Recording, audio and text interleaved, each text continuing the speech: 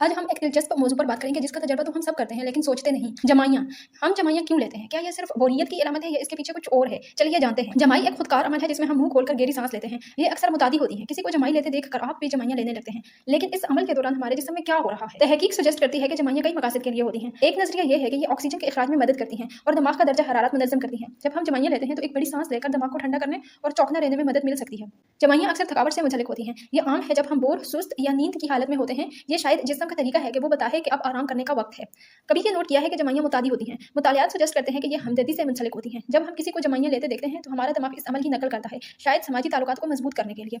जमाइयाँ लेने के बारे में कई गलतफहमियां हैं। मिसाल के तौर पर कुछ लोग मानते हैं कि जमाइयाँ लेने का मतलब ये है कि आप बोर हैं या दिलचस्पी नहीं रख रहे, जबकि ये थकावट की अलामत हो सकती है। ये जरूरी नहीं कि ये किसी की गैर दिलचस्पी का इशारा हो। अगली बार जब आप जमाइयाँ लेते हैं तो याद रखें ये एक कुदरती अमल है जिसके कई फवायद हैं। दिमाग को ठंडा करने से लेकर समाजी ताल्लुकात को बढ़ाने तक। आज हमारे साथ शामिल होने का शुक्रिया। अगर आपने कुछ नया सीखा है तो लाइक करना, सब्सक्राइब करना और नोटिफिकेशन बेल दबाना ना भूलें।